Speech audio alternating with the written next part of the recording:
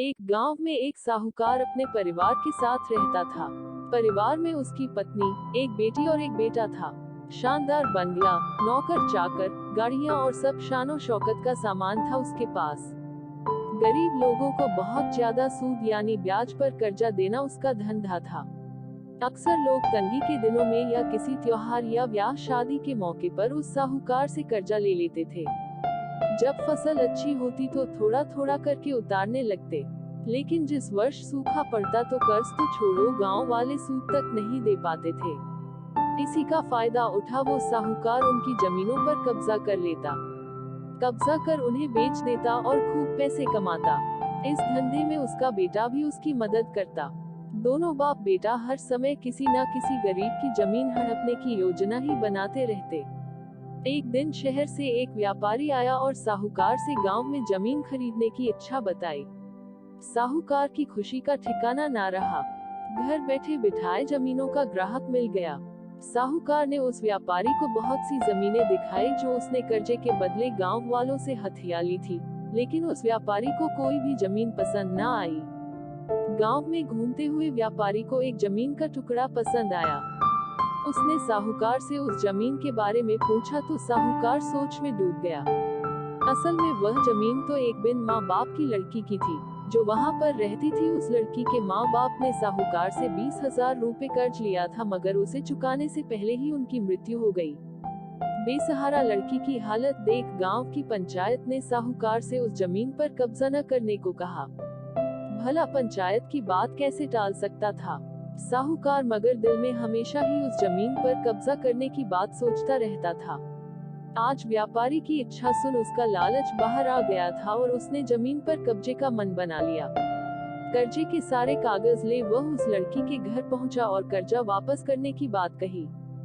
जब लड़की ने अपनी दुर्दशा बताते हुए और समय मांगा तो साहूकार ने कब्जा करने की धमकी दी। कब्जे की धमकी सुन वह लड़की पंचायत के मुखिया के पास गई और उसकी जमीन को बचाने की गुहार लगाई। सारे गांव में यह बात आग की तरह फैल गई कि साहूकार उस बेसहारा लड़की की जमीन पर कब्जा करने वाला है। यह बात उड़ते उड़ते साहूकार की बेटी के कान में पड़ी। अपने पिता के लालच की बात सुन उसके मन में बहुत दुख हुआ। उसने अपने पिता से इस बारे में बात करने की कोशिश की, लेकिन साहूकार को तो सिर्फ बहुत बड़ा मुनाफा ही दिख रहा था। उसे बेसहारा लड़की की दुर्दशा या अपनी बेटी की निवेदन का कोई असर न हुआ। उसने उस जमीन पर कब्जे का ऐलान कर दिया। साहूकार की बेटी ने भी जिद पकड़ ली कि उस लड़की की जमीन पर कब्जा न होने देगी। पर अपनी एक न चलती देख उसके दिमाग में एक योजना सूझी। अगले दिन सुबह सुबह वह बेसहारा लड़की और उसके साथ 2 लोग साहूकार के घर पहुंचे और कर्ज की 5,000 की किस्त दे दी। साथ में यह भी कहा कि 3-4 महीनों में कर्ज के बाकी रुपए भी उन्हें मिल जाएंगे। रुपया देने के बाद रसीद ले सब चले गए। क्योंकि अब किस्त मिल गई थी, इसलिए पंचायत ने भी कब्जा नहीं करने दिया। साहूकार बहुत परेशान था कि आखिर उस लड़की के पास इतना सारा रुपया कहां से आया। कल तक तो वह दाने दाने को तरसती थी और आज 5,000 रुपया दे गई।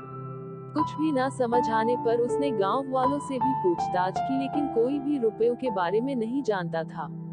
कुछ दिनों बाद वह लड़की फिर 2 गांव वालों के साथ आए और कर्ज की बाकी रकम चुकाकर रसीद और कर्ज के सारे कागज ले लिए। साहूकार परेशान हो गया कि आखिर इस लड़की के पास इतना धन आया कहां से। इस तरह कुछ दिन और बीत गए।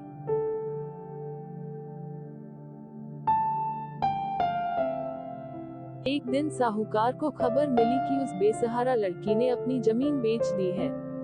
कुछ कर तो सकता नहीं था, लेकिन उत्सुकतावश जाकर देखा तो चौंक गया। जमीन पर एक बोर्ड लगा था। उस बोर्ड पर जमीन के मालिक का नाम देख साहूकार की मानो सांसें रुक गई हो। मालिक के नाम के आगे लिखा था उसकी अपनी बेटी और उस लड़की का नाम। वो दौड़ा हुआ घर गया और बेटी से पूछा कि यह क्या तमाशा है।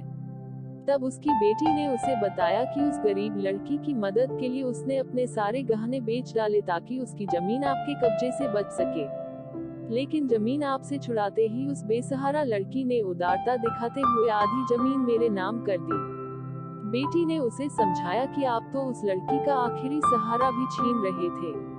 मगर उस लड़की का बड़प्पन तो देखो, उसने जमीन छुड़ाते ही मेरे गहनों के बदले अपनी आधी जमीन मुझे दे दी। यह सब सुन साहूकार को शर्मिंदगी महसूस हुई और उसने भविष्य में कभी किसी की जमीन न हड़पने का वचन दिया।